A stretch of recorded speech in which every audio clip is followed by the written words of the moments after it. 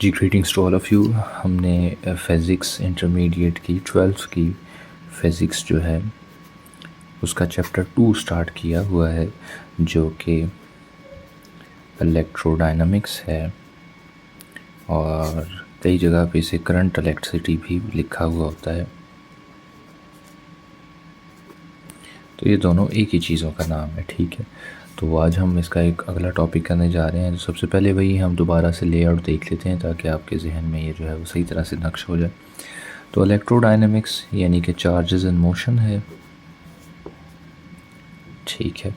तो इस चैप्टर में बेसिकली हमने सबसे पहले करंट के बारे में पढ़ना है, ठीक है। उसके मुख्तलिफ प्रॉस्पेक्टिव्स हैं, जिस तरह कि वो होता क्या है, डायरेक्शन क्या है, डेफिनेशन क्या थी, डायरेक्शन क्या थी, उसके सोर्सेज कौन कौन से हैं और उससे जो इफ़ेक्ट्स प्रोड्यूस होते हैं वो कौन कौन से हैं, ये सारे हमने देख लिए थे।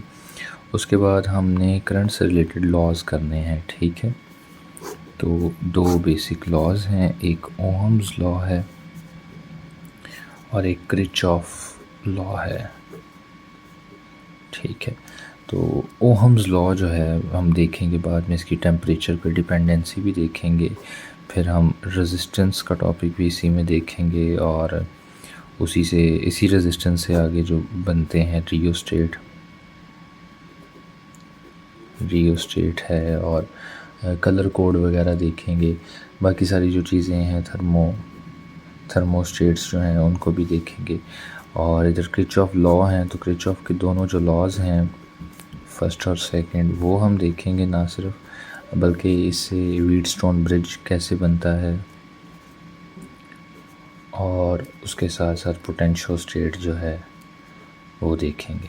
इसी फिनोमेना को डिस्कस करते हुए हम EMF इलेक्ट्रोमोटिव फोर्स को भी देखेंगे और जो पावर डेसिपेशंस होती हैं, जो ज़ाया होती हैं पावर, उसको देखेंगे, ठीक है। तो ये वाला पोर्शन हमने कर लिया था। आज हमने ओहम्स लॉ वाला पोर्शन करना है, हद्दुल वसी कोशिश करेंगे कि जहाँ तक हो गया, ठीक है जी। तो ये लेआउट था, आए आज हम करते हैं जी ओहम्स लॉ।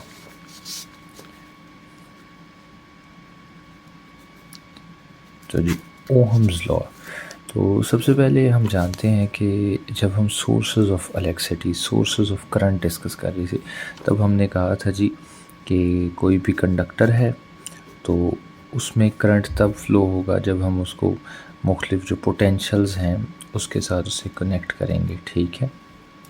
ये हमने कंडीशन दी थी तब वहाँ पर कि फिर ही जो है वो पॉजिटिव टू नेगेटिव, ये उसकी जो कन्वेंशनल डायरेक्शन है, फिर करंट फ़्लो होगा, इसमें चार्जेस फ़्लो होंगे यानी करंट की मौजूद होगा।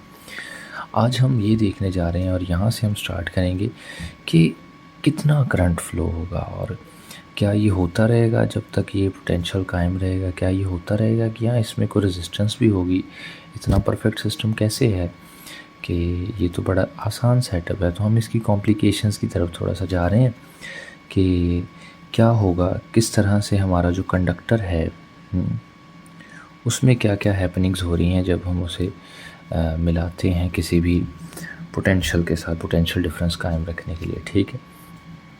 तो आप जानते हैं कि पहले जो थी वो एनालिटिकल अप्रोच ही होती थी। तो एनालिटिकल अप्रोच से मुराद है कि वो मतलब एनालाइज ही हम करते थे, हम अंदाज़ा लगाते थे। जिस तरह मैं अंदाज़ा लगाऊं कि मैं किसी बच्चे को देखूं कि उसकी उम्र 6 साल है, तो मैं अंदाज़न कहूँगा कि इसका बड़ा भाई 7 साल का होगा। मैं गलत भी हो सकता हूँ, लेकिन ये एक प्रेडिक्शन है, इसका बड़ा भाई इससे बड़ा ही होगा 7 साल से। तो ये एनालिटिकल मेथड होता है। तो ओहम्स लॉ जो है वो भी एक एनालिटिकल मेथड है। और किसने दिया था जी? जर्मन फिज़िक्स हैं, फिज़िस्ट। अच्छा, जब मैं पढ़ा करता था ना तब मुझे बड़ी चिढ़ होती थी इन चीज़ों से कि जी कि हम साइंस के स्टूडेंट हैं, तो आप सर कहाँ हमें साइंटिस्ट के नाम और उसका एरिया बता रहे हैं। तो कई बार बच्चों ऐसा होता है कि जो एग्ज़ामिनर होता है ना, उसने ऐसी चीज़ें पूछनी होती हैं जो डिस्क्रीट करती हैं कुछ बच्चों को। ज़ाहिर सी बात है ना, उसने कुछ ना कुछ क्राइटेरिया बनाना होता है ताकि कुछ बच्चों के कम नंबर आएँ, कुछ के ज़्यादा। तो वो फिर ऐसी चीज़ों को लिखता है जो बहुत ज़्यादा कीनली पढ़ने वाले बच्चे ही रिमेंबर कर सकते हैं, याद कर सकते हैं। तो हम देख लेते हैं, ठीक है। तो इस वजह से तो ओहम्स लॉ एनालिटिकल मेथड है। एनालिटिकल मेथड की मिसाल हमने पढ़ ली। ये जर्मन फिजिस्ट था जी साइमन ओहम, उन्होंने दिया था। ठीक है, तो ये क्या कहता था? अच्छा, असल में इनका नाम जॉर्ज जी साइमन ओहम था। ठीक है, ये देखें मुझे अभी भूल गया, तो आपने कहाँ से याद रखना है। ठीक है, तो साइमन ओहम इनका नाम था। तो ये इसकी मैथमेटिकल फॉर्म ये थी। इसने कहा था कि जो करंट हमने कहा है कि कंडक्टर में से गुजरेगा, कंडक्टर में मौजूद होगा, ये डायरेक्टली प्रोपोर्शन होगा जो हमने पोटेंशियल अप्लाई किया हुआ है उसके। ये रीज़नेबल भी है, ये समझ में भी आती है बात। ठीक है, कि अब फ़र्ज़ करें मैं यहाँ पर 30 वोल्ट की बैटरी लगाता हूँ, तो यहाँ से जो इलेक्ट्रॉन्स हैं वो ज़्यादा स्विफ्टली इस तरफ, इलेक्ट्रॉन्स कह रहा हूँ, चार्ज कैरियर ज़्यादा स्विफ्टली इस तरफ आएंगे। जबकि अगर ये 10 वोल्ट की हो तो फिर 30 वाले से कम स्पीड में चार्ज कैरियर स्विफ्ट होंगे। ठीक है, तो ये एनालिटिकल अप्रोच है। तो ये थी मैथमेटिकल फॉर्म। इसकी हम स्टेटमेंट को भी देख लेते हैं। इसकी स्टेटमेंट में एक बड़ा ट्विस्ट है। ठीक है, उसने कहा है जी स्टेटमेंट में, current flowing through a conductor is directly proportional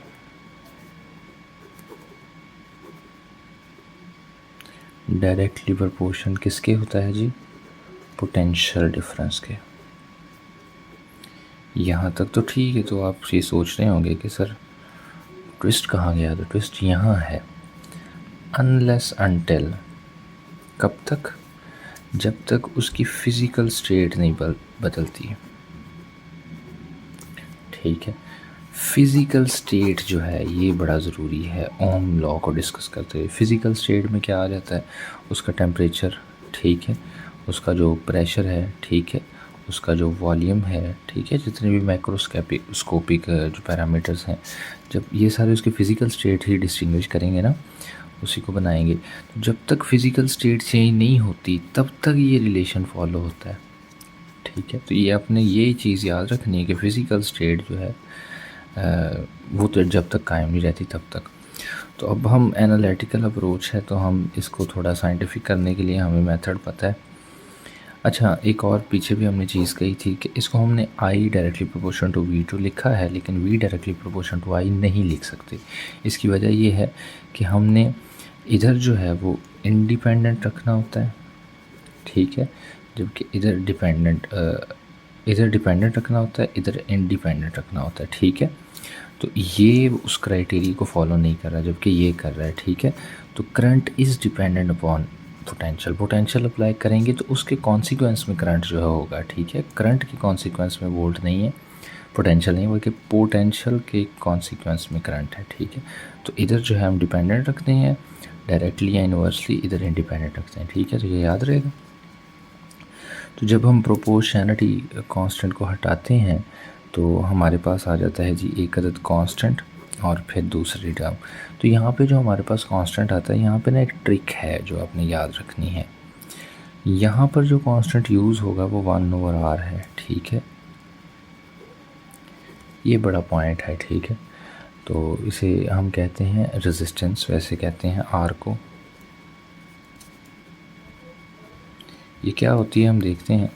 तो अब इस फॉर्मूले को हम मज़ीद मॉडिफाई अगर करेंगे तो ये हो जाएगा I = V/R, और इसको यूटिलाइज़ करते हुए हम कहेंगे V = IR। ये वो स्टेटमेंट है जो आपने अक्सर पढ़ी होगी, पहले भी पढ़ी होगी। ठीक है, तो ये है ओहम्स लॉ की simplified form, unless until physical state is not change. ठीक है, तो V = IR। यहाँ पे कांस्टेंट 1/r है, ये आपको याद रखना है। ठीक है, आपकी बुक में इतनी डिस्क्रिप्शन नहीं है, लेकिन आपको पता होना चाहिए। अगर आप पेपर में ये लिखेंगे और बाद में ये सारा प्रोसीजर लिखेंगे तो ये ज़्यादा इम्पैक्टफुल होगा। ठीक हो गया जी। तो अब हम देखते हैं जी इसके यूनिट्स रेजिस्टेंस के। तो अगर मैं रेजिस्टेंस के लिए ये फार्मूला निकालना चाहूँ तो V/I हो जाएगा। रेजिस्टेंस के वैसे यूनिट्स होते हैं जी ओहम्स, रिगार्ड करने के लिए उस साइंटिस्ट का नाम क्या था जी? George Simon Ohm. तो ओहम इसके वैसे यूनिट्स का नाम है, और अगर हम बाय डेफिनेशन देखें तो ये होता है जी वोल्ट पर एम्पेयर के बराबर। तो एक ओहम कब कहलाएगा, एक ओहम रेजिस्टेंस तब कहलाएगी जब 1 ampere current 1 volt potential difference होते हुए जनरेट होगा, ठीक है, तब हम कहेंगे कि ये 1 वोल्ट है। ठीक हो गया जी। आगे हम देखते हैं 2 तरह की चीज़ें होती हैं।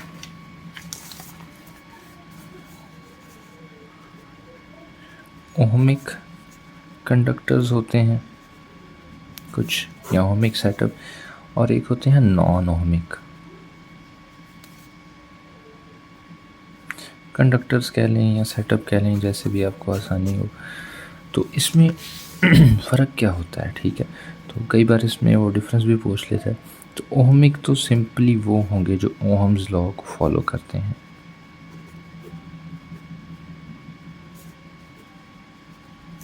फॉलोज ओहम लॉ, और जबकि काउंटर पार्ट्स वाले जो हैं ये नहीं करते, डू नॉट फॉलो।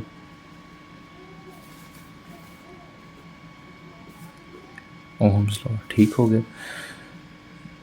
अब फ़र्क क्या है, मतलब हम कर तो रहे हैं, लेकिन आप कहेंगे कि सर जी आप ऐसे पढ़ाते तो नहीं होते, ठीक है, तो हम फिज़िकली हम देखेंगे कि इसका क्या मतलब है ओहमिक और नॉन ओहमिक का। अब बच्चे जो हमने ग्राफ डिस्कस किया था, ठीक है, ये आ गया आपका डिपेंडेंट, ये आ गया आपका इंडिपेंडेंट। इनमें जो रिलेशन बनता है ना ओहमिक बॉडीज़ के लिए, वो बनता है ऐसे स्ट्रेट लाइन। इससे क्या मुराद है देखते हैं, फिक्र नहीं करनी आपने। तो इधर देखें जी, यानी कि जैसे जैसे हम वोल्ट, जैसे जैसे हम पोटेंशियल बढ़ा रहे हैं हमारा करंट बढ़ रहा है, तो यही तो हमारा ओहम्स लॉ था, ठीक है। लेकिन कई बार ये होता है कि ये हमारा करंट है, ये वोल्ट है, तो एक टाइम तक तो फॉलो करता है, लेकिन उसके बाद या इस तरफ निकल जाता है या ऊपर की तरफ निकल जाता है, ठीक है। तो इस कंडीशन में हमारा ये वाला लॉ फॉलो नहीं होता, ठीक है। So this is called non ohmic. ये क्यों होता है, इसकी क्या वजह है, वो आपको इन डेप्थ जब हम सेमीकंडक्टर्स पढ़ेंगे या डायोड्स के बारे में पढ़ेंगे तब हम डिस्कस करेंगे। फिल वक्त के लिए आपको यही याद रखना है कि इसमें चूँकि फ़िज़िकल चेंजेस नहीं होते, फ़िज़िकल स्टेट चेंज नहीं होती, इस वजह से भी ये वैलिड रहता है। यहाँ पे लिख लेते हैं नो फिज़िकल स्टेट वेरिएशन, जबकि यहाँ पर जो है वो वेरिएशन हो जाती है कुछ ना कुछ, ठीक है, लाइक इन टेम्परेचर हो जाती है या इन वॉल्यूम हो जाती है, ठीक है, कुछ ना कुछ हो जाती है। और ये वाला जो ग्राफ है ना, आपने इस तरफ बनाना है और इसको जो है वो इस तरफ बनाना है। आपको पता है मैं ज़रा जज्बात में इधर उधर निकल जाता हूँ, ठीक है, तो आपने अपने नोट्स में ठीक कर लेना है। तो ये हो गया जी ओहमिक नॉन ओहमिक। हाँ, मिसालें देख लें जी, जितने भी हमारे कॉपर की वायर्स हैं, ठीक है, कॉपर की, सिल्वर की, वो सारी ओहमिक हैं। और जबकि जितने भी हमारे सेमीकंडक्टर्स हैं, ठीक है, यूजुअली यहाँ डायोड्स हैं। डायोड्स आपको पता होगा कि नहीं, डायोड्स भी होते हैं, हम पढ़ेंगे सेमीकंडक्टर में पढ़ेंगे। तो वो सारे जो हैं नॉन ओहमिक में कहलाते हैं, ठीक है।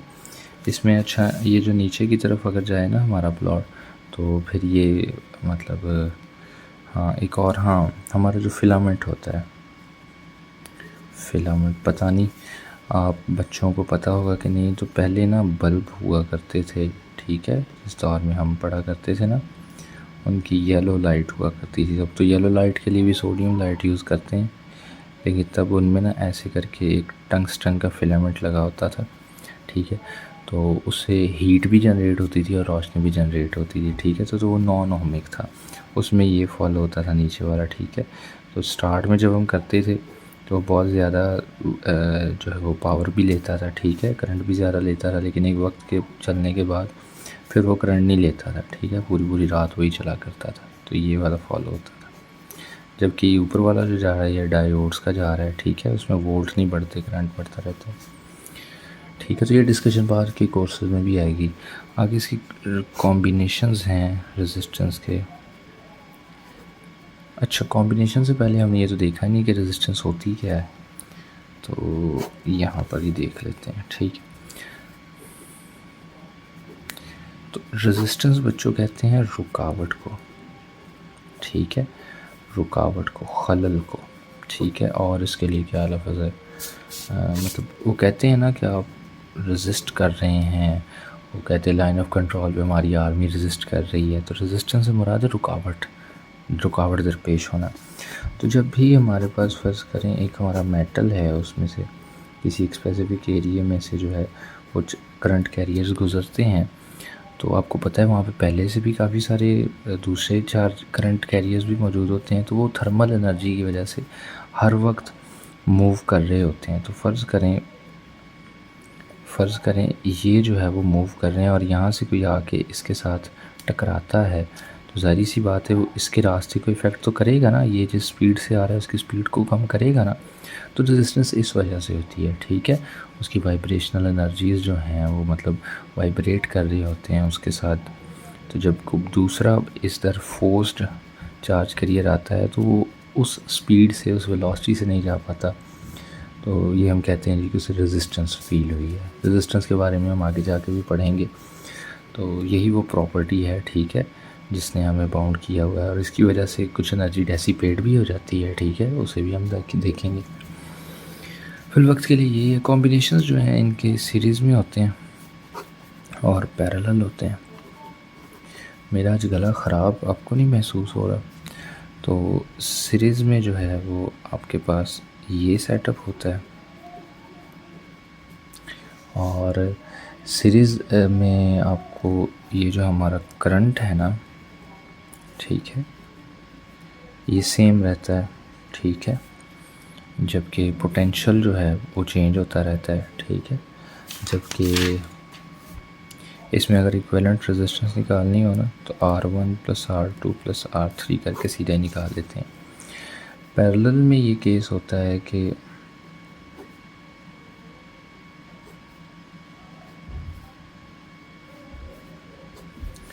पैरेलल में आपके पास R1, R2, R3 ये साइड बाय साइड है, ये एंड टू एंड है, ठीक है, कॉम्बिनेशन, ये साइड बाय साइड है, ठीक है। तो इसमें जो करंट होता है वो चेंज हो जाता है जबकि पोटेंशियल जो है वो सेम रहता है, ठीक है, इन दोनों किनारों के दरमियान। और इसमें अगर हमने इक्विवेलेंट रेजिस्टेंस निकालनी हो तो वो भी हमें निकालने के लिए 1/RE = 1/R1 + 1/R2। ये फ़िक्र ना करें, ये हम न्यूमेरिकल्स में करेंगे तो आपको वैसे ही अज़बर हो जाएंगे, अभी ना भी करें तो ठीक है, सिर्फ कॉन्सेप्ट आप छोटा सा ले लें। रेजिस्टेंस हो गई जी। आगे है जी रेजिस्टिविटी क्या होती है, ठीक है। तो रेजिस्टेंस को अब मज़ीद ज़रा एक्सप्लोर करते हैं। पहले तो हमने कहा जी कि ये कांस्टेंट है, ठीक है। तो रेजिस्टिविटी क्या होती है, पहले इसमें फ़र्क देख लें, रेजिस्टेंस और रेजिस्टिविटी में, ठीक है। तो रेजिस्टेंस और रेजिस्टिविटी होती है मटेरियल की, कोई भी जो मटेरियल है उसकी बेसिक प्रॉपर्टी होती है रेजिस्टिविटी, ठीक है, बेसिक इनहेरेंट प्रॉपर्टी, यानी कि वो उसकी है। इनहेरेंट के बारे में हमने पढ़ा था ना कि अगर आप मुझसे पूछें जी सर आपकी 5 उंगलियां क्यों हैं, तो मैं कहूँगा भाई ये कुदरती तौर पर सबकी 5 ही होती हैं। तो उसी तरह से इस तरह की प्रॉपर्टीज़ जो सबकी होती हैं और उसका सोर्स कोई भी डिफाइनेबल नहीं होता, ठीक है। जिस तरह ग्रेविटी की फ़ोर्स है, दूसरी फोर्सेस हैं, तो उन्हें हम कहते हैं कि ये इनहेरेंट प्रॉपर्टी है, ठीक है। तो उसी तरह से ये भी इनहेरेंट रेजिस्टिविटी मटेरियल की प्रॉपर्टी है, जो कि रेजिस्टेंस जो है ये हम कह सकते हैं कि किसी वायर की या कंडक्टर की जो है ओवरऑल इसमें दूसरे इम्पैक्ट को जो हैं वो भी असरअंदाज होते हैं। अच्छा, इसकी डिपेंडेंसी जो है वो एक तो होती है डायमेंशंस पर, ठीक है, और डायमेंशंस पर ही होती है, मतलब और सारे डायमेंशंस में ही आ जाते हैं, ठीक है। उसकी लेंथ, विड्थ, टेम्परेचर वगैरह वो सारा कुछ ना फिज़िकल स्टेट जिस तरह हम पहले पढ़ के आए हैं उस पर डिपेंडेंट है, ठीक। तो अब हम देखते हैं जी कि अगर कंडक्टर है मेरे पास, ठीक है, तो मैंने रेजिस्टेंस निकालनी तो किस तरह से निकालूंगा, तो वही एनालिटिकल अप्रोच मैं कहूँगा जी कि रेजिस्टेंस जो होती है ना, ये बिल्कुल हम ना एक मिसाल लेंगे, जिस तरह आपके घरों में मोटर लगी होती है ना, उसके सामने पाइप होता है, ठीक है। तो पाइप जितना ज़्यादा लंबा होता है, ठीक है, उतना ही ज़्यादा आपके पास जो प्रेशर है वो कम फील होता है, ठीक है। तो कम प्रेशर से मुराद ये है कि उसे रुकावट ज़्यादा फील हुई है, ठीक है। यानी कि मतलब पाइप में चलते हुए वो जिस स्पीड से आ रहा था उसे ज़्यादा रुकावट महसूस हुई है, इस वजह से इसकी स्पीड कम हो गई है। यानी कि जो रेजिस्टेंस है वो लेंथ के डायरेक्टली प्रोपोर्शन है। इससे क्या मुराद है, जितना ज़्यादा लंबा पाइप होगा या जितना ज़्यादा लंबा कंडक्टर होगा इन आर केस, उतनी ज़्यादा रेजिस्टेंस उसे फील होगी, ठीक है। एनालिटिकली ये ठीक होगी जी बात। दूसरा, अगर फ़र्ज़ करें आपके पास एक पाइप है जिसकी विड्थ जो है वो कंपैरेटिवली ज़्यादा है, ठीक है, जो मोटा पाइप है तो उसमें से पानी ज़्यादा आएगा, ठीक है, यानी कि उसे रेजिस्टेंस कम फील करनी पड़ेगी, ठीक है। तो इसी तरह से रेजिस्टेंस जो है वो इन्वर्सली प्रोपोर्शन हुई उसके एरिए के, यानी कि अगर वो मोटा होगा तो रेजिस्टेंस कम फील होगी, ज़्यादा वो निकल आएगा। और अगर जो हमारा पाइप है या हमारा कंडक्टर लंबा है तो उससे रेजिस्टेंस ज़्यादा होगी। तो इन दोनों को अगर हम कंबाइन करें तो ये हो जाएगा जी L/A। अच्छा, ये आपको पता है ना, ये जो साइन है ना ये वाला, ये डायरेक्टली और इन्वर्सली दोनों के लिए यूज़ होता है। फ़र्क ये होता है कि डायरेक्ट लिखना हो तो हम क्वांटिटीज़ को इस तरह आमने सामने लिखते हैं, इन्वर्स लिखना हो तो ये एक क्वांटिटी 1/, में लिखते हैं, ठीक है। तो इससे मुराद है ये बढ़ेगी तो ये घटेगी, इससे मुराद है ये बढ़ेगी तो ये बढ़ेगी, ये घटेगी तो ये भी घटेगी, ठीक है। तो इनमें अपोजिट है तो इनमें सेम बिहेवियर, ये हो गया। तो अब हम क्या करते हैं जी, प्रोपोर्शनलिटी को ख़त्म करते हैं तो हमें एक कांस्टेंट लगाना पड़ेगा। तो ये हमारी आ गई जी रेजिस्टिविटी, जिसे हमने कहा है, ठीक है। तो रेजिस्टिविटी के लिए अगर मैं फार्मूला है डिज़ाइन करूँ तो ये बन जाएगा RA/L, ठीक है। और इसकी यूनिट्स जो हो जाएंगे वो हो जाएंगे ओहम मीटर, ठीक है। ये ओहम और ये मीटर, इसका दरअसल मीटर स्क्वायर होता है, 1 मीटर इसका, तो वो कैंसिल हो जाएंगे तो मीटर बच जाएगा। ओहम मीटर होता है और इसको ये इसका ऐसा यूनिट है, ठीक है। इसको एक और नाम भी देते हैं, अल्लाह आपका भला करे, चलें वो देखते हैं अगर कोई आता है। आगे है जी इसी से ऑपोजिट, जिस तरह ये है ना रेजिस्टिविटी, इसी तरह से हमारे पास एक और टर्म भी होती है कंडक्टिविटी, ठीक है। कि कोई कंडक्टर कितना कंडक्ट करेगा, कंडक्टिविटी कितनी है उसकी, ठीक है। रेजिस्टिविटी ही कितना रेजिस्ट करेगा, कंडक्टिविटी ही कितना कंडक्ट करेगा। तो वो रेसिप्रोकल होती है, उसे अक्सर मुख्तलिफ एनालॉजी से ज़ाहिर किया जाता है। तो सिग्मा से भी उसे ज़ाहिर किया जाता है, अल्फ़ा से भी कर लिया जाता है, तो सिग्मा से करते हैं हम। तो ये रेजिस्टिविटी के ऑपोजिट होती है, रेसिप्रोकल होती है, ठीक है। ये रेसिप्रोकल का साइन होता है इक्वल, और ये यानी कि इनका बिहेवियर ऑपोजिट होता है। तो इसके जो यूनिट्स हैं वो होते हैं, इसके ओहम मीटर है ना, तो उसके MHO, ओहम का उल्टा, ठीक है, MHA होते हैं, ठीक है। या फिर इसे जो है वो सीमन भी कहते हैं, ठीक है। तो ये अक्सर इस तरह के जिनके 2 यूनिट्स होते हैं ना और अजीब से होते हैं, ये MCQs में पूछ लेता है हमसे। तो ये हो गया जिसके बारे में। अब हमने ये करना है जी, हमने टेम्परेचर डिपेंडेंसी, काफ़ी देर से हम कह रहे हैं फिज़िकल स्टेट के बारे में पढ़ेंगे। तो टेम्परेचर डिपेंडेंसी है, यानी कि हमने डेफिनेशन में कहा था ना कि फ़िज़िकल स्टेट पे डिपेंड करता है, ठीक है, ओहम्स लॉ। तो हम ये कहेंगे जी कि टेम्परेचर का किस तरह से इफ़ेक्ट है। तो जिस तरह हम ऊपर डिस्कस कर रहे थे कि एक फ़र्ज़ करें अगर आपके पास कोई भी मेटल है, कोई भी कंडक्टर है सॉरी, तो उसमें ख़ुद से जो चार्ज कैरियर हैं उनकी रैंडम एक डायरेक्शन होगी और वो हर वक्त वाइब्रेट करते ही रहेंगे, ठीक है। और अगर बाहर से कोई आएगा तो उसे रेजिस्टेंस, उसे रुकावट फील होगी। एक बंदा जा रहा है, कोई दूसरा बंदा अपने रास्ते जा रहा है, तो ये दोनों टकराएंगे तो ये वाले बंदे का रास्ता तो काटा जाएगा ना, ठीक है, इसकी स्पीड तो कम होगी ना, ठीक है। तो इस तरह से जो टेम्परेचर है दरअसल वो वाइब्रेशन भी वाइब्रेशनल काइनेटिक एनर्जी की वजह से हो रही होती है। तो इस वजह से टेम्परेचर जो है वो बड़ा इम्पैक्ट करता है। इसके बारे में ज़्यादा डिटेल में नहीं आपने जाना, एक फार्मूला याद रखना है आपने टेम्परेचर कांस्टेंट का। टेम्परेचर कांस्टेंट होता है अल्फ़ा और ये होता है उनका जो फ्रैक्शनल चेंज है, ठीक है, पर यूनिट केल्विन रेजिस्टेंस का, तो R T minus R naught over R naught T, ठीक है। इसके अच्छा, ये जो आर है ये आपकी रेजिस्टेंस है एट किसी भी टेम्परेचर पर, ठीक है, एट टेम्परेचर टी, ठीक है।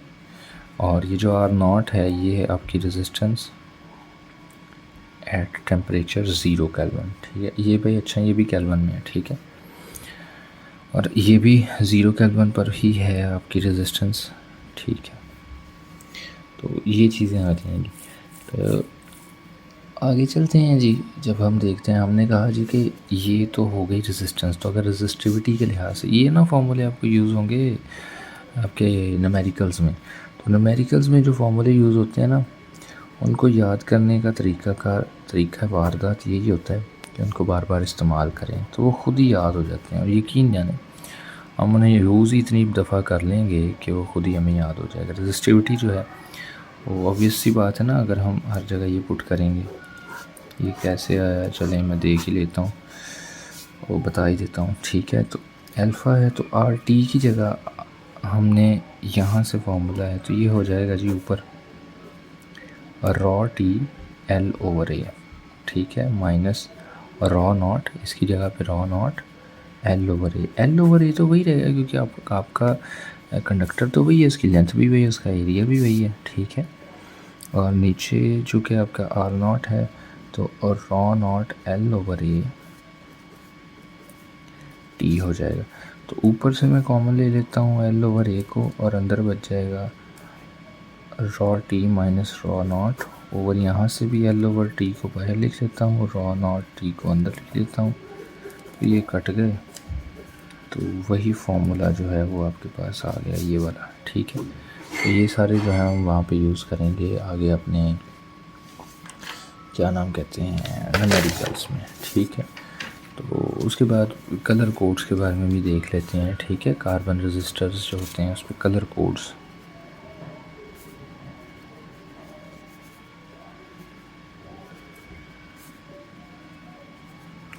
तो इसके लिए आपने याद रखना है बीबी रॉय, एक चीट कोड था हमारे सर ने हमें सिखाया था। BB Roy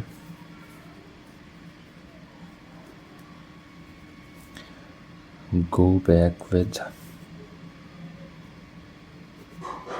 GeM white. तो ये 2-3 दफ़ा आप अपने किसी दोस्तों को बताएंगे ना तो आपको भी याद हो जाएगा। तो इसे यूटिलाइज़ करना वो हम देखते हैं। तो बीबी रॉय एक फिल्म में एक एक्ट्रेस का नाम भी था। BB Roy go back with gem white, ठीक है, जेम हम कह देते हैं किसी बंदे का नाम। तो होता क्या है असल में, हमारे पास अगर हम फिज़िकली देखें ना, तो जो हमारे पास रजिस्टर है ना वो कई बार सिलेंड्रिकल फॉर्म में होता है। आपने अगर बचपन में चार्जर तोड़ा हो ना, चार्जर जो होता है आपके घरों में मोबाइल अडॉप्टर्स, तो उसमें छोटे छोटे सर्किट लगे होते हैं ऐसे कैप्सूल से, ठीक है। वो बड़े सिरामिक से होते हैं, ठीक है, पत्थर के बने होते हैं, सिरामिक की पता नहीं क्या तर्जुमा है। तो उस पर ना कुछ ऐसे ना धारियाँ बनी होती हैं,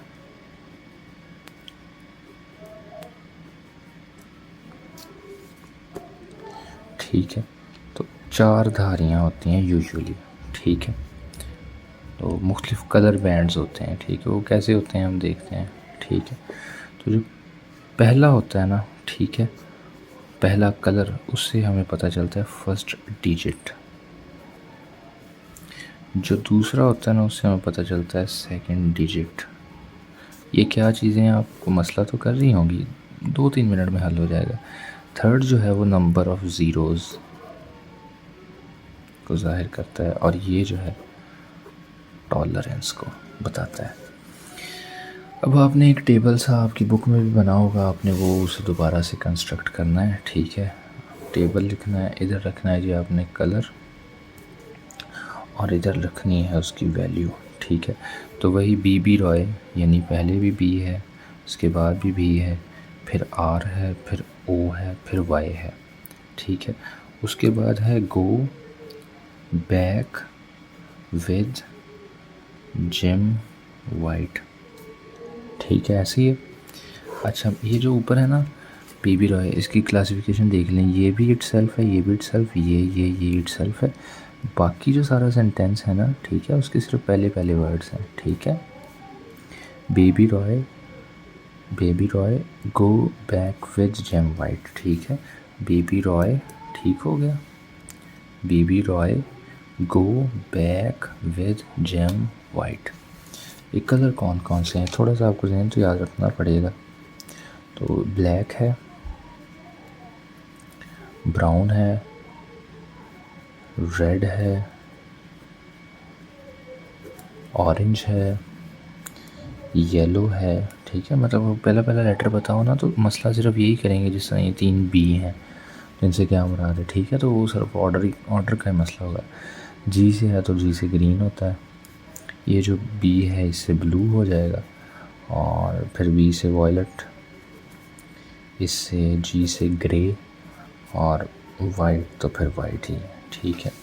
इसकी वैल्यू भी है, इसी सीक्वेंस लिख लेंगे 1 2 3 4 5 6 7 8 9। अच्छा, ये ज़ीरो से शुरू करना था, ओहो, देख लें अब मेरा हाल। 0 1 2 3 4 5 6 7 8 और 9, ठीक है। तो उसके कॉरस्पॉन्डिंगली जो है ये वैल्यू है, ये वैल्यू क्या ज़ाहिर करती है, किस तरह से, ये हम देखते हैं।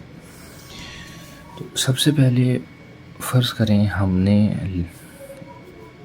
1000 ओम का जो है एक रजिस्टर पहचानना है, ठीक है। रजिस्टर्स आपके पास काफ़ी सारे आपको लैब में प्रोवाइडेड हैं, उसमें से आपके टीचर ने कहा जी 1 किलो ओम, ठीक है। 1 किलो ओम यानी 1000 ओम का रजिस्टेंस जो है वो आप रजिस्टर जो है वो आप निकालें।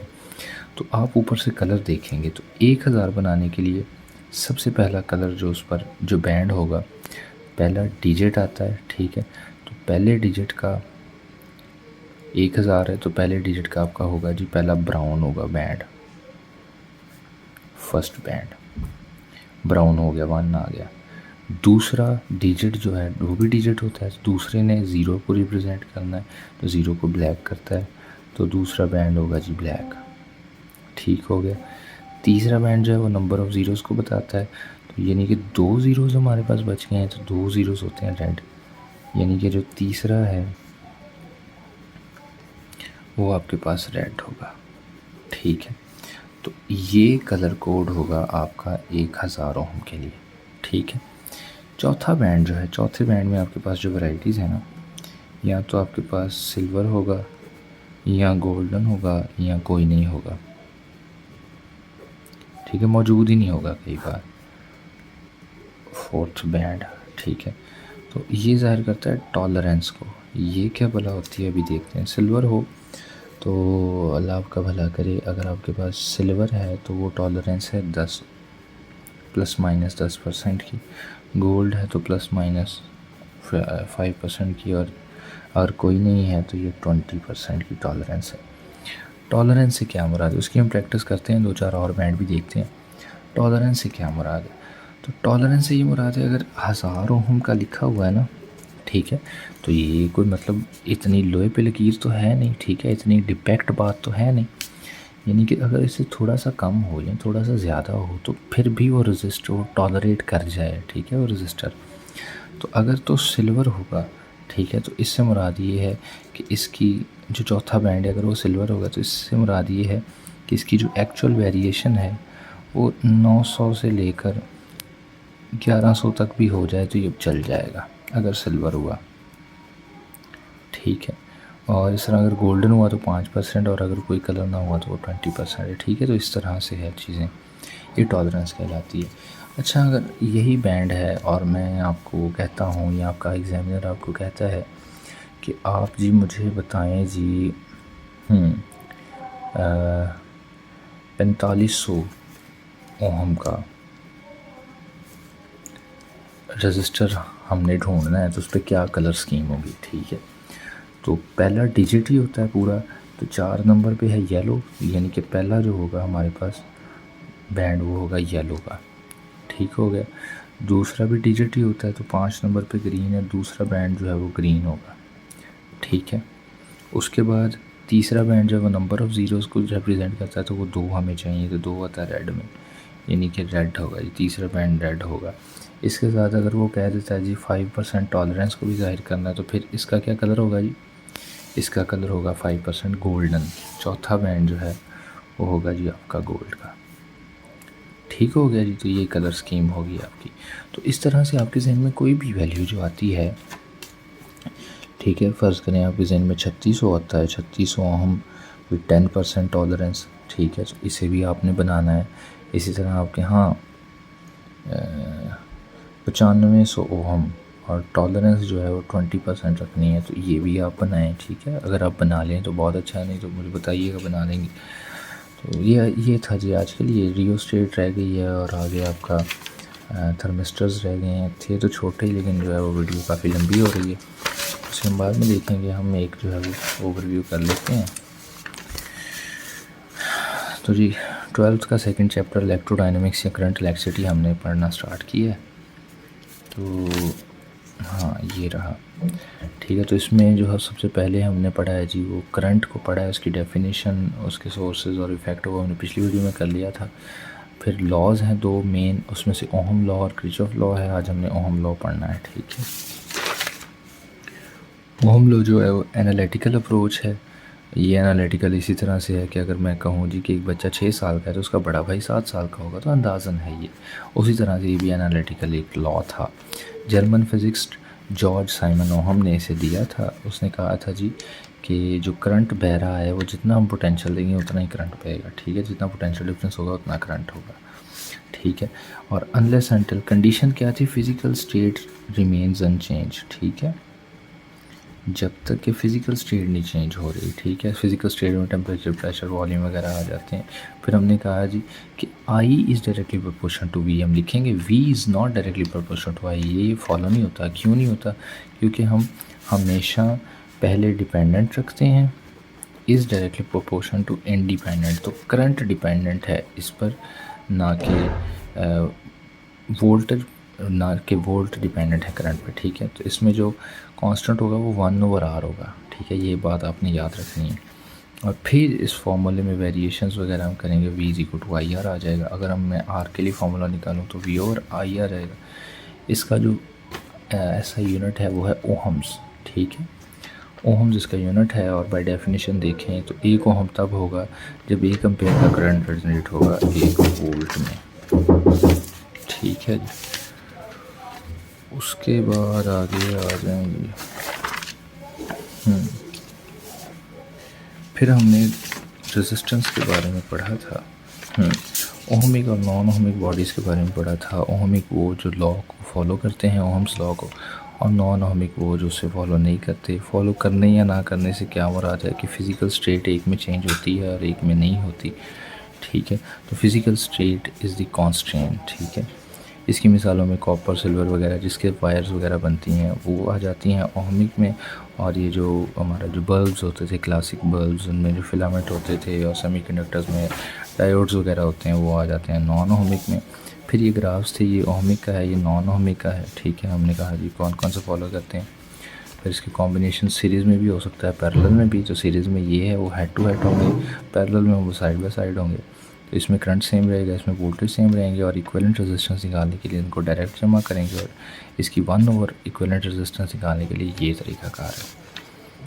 फिर रेजिस्टेंस रुकावट है, खलल है, क्यों होती है? थर्मल वाइब्रेशंस की वजह से जो चार्ज करिए रहता है उसे रेजिस्ट करना, उससे रुकावट महसूस होती है, इस वजह से होती है। तो फिर हमने आगे रेजिस्टिविटी के बारे में पढ़ना है। तो हमने अंदाज़ा लगाया हुआ, यानी एनालिटिकल अप्रोच लगाई कि जी रेजिस्टेंस किस तरह से कैलकुलेट करते हैं। तो हमने एक कंडक्टर को जो है वो रिजेंबल किया हमारे घरों में इस्तेमाल होने वाले जो पाइप होते हैं, जो हमारी मोटरों के साथ लगे होते हैं, ठीक है, जो वाटर पम्प्स के साथ लगे होते हैं। तो हमने कहा जी कि अगर आपके पास आपके पाइप की लेंथ बहुत ज़्यादा है तो आपको प्रेशर बड़ा कम मिलेगा, ठीक है, उस पानी का। इसकी वजह क्या है? वो जितने प्रेशर से निकला था पाइप की दीवारों के साथ, उसे इतने रगड़ रगड़ के उसे रेजिस्टेंस हुई और अपनी उसकी एनर्जी कम हो गई, ठीक है। तो जितनी ज़्यादा लेंथ होगी उतनी ज़्यादा उसे रेजिस्टेंस फील हुई। तो इनमें डायरेक्ट रिलेशन हमने लिख दिया। जबकि हमने कहा अगर मोटा पाइप होगा, जिस तरह अगर आप ट्यूबवेल वगैरह पे जाते हैं तो उनके मोटे पाइप होते हैं, तो एरिया ज़्यादा होता है तो उसे रेजिस्टेंस कम फील होती है। ठीक है, तो ये थे, इन दोनों को इकट्ठा लिखा, फिर प्रोपोर्शनलिटी, तो ये रॉ आ गया जी आपके पास। उसके बाद क्या होगा जी, हमने फिर देखा जी इसके लिए फार्मूला एडजस्ट करके RA/L आ गया। तो रेजिस्टिविटी के जो SI यूनिट्स हैं वो ओहम मीटर हैं। हमने कंडक्टिविटी भी एक फिनोमेना पढ़ा जिसे सिग्मा से ज़ाहिर करते हैं, ये रेसिप्रोकल होता है कंडक्टिविटी के। MHO यानी ओहम का उल्टा जो है वो इसका यूनिट है, और साइमन जो है इसका एक और SI यूनिट है। ठीक है, टेम्परेचर डिपेंडेंसी पढ़ी, इसमें हमने 2 फार्मूलाज पढ़े। ये टेम्परेचर कोफिशिएंट को निकालने की हम इस्तेमाल भी करेंगे आगे न्यूमेरिकल्स में, तब आपको याद हो जाएंगे। कलर कोड्स हमने देखे जी, हमने एक मंत्र पढ़ा जी, baby Roy go back with grey white. ठीक है, gem white, baby Roy go back with gem white. ठीक है, तो ये मंत्र है, तो उसका हमने टेबल एडजस्ट कर लिया 0 से लेकर 9 तक।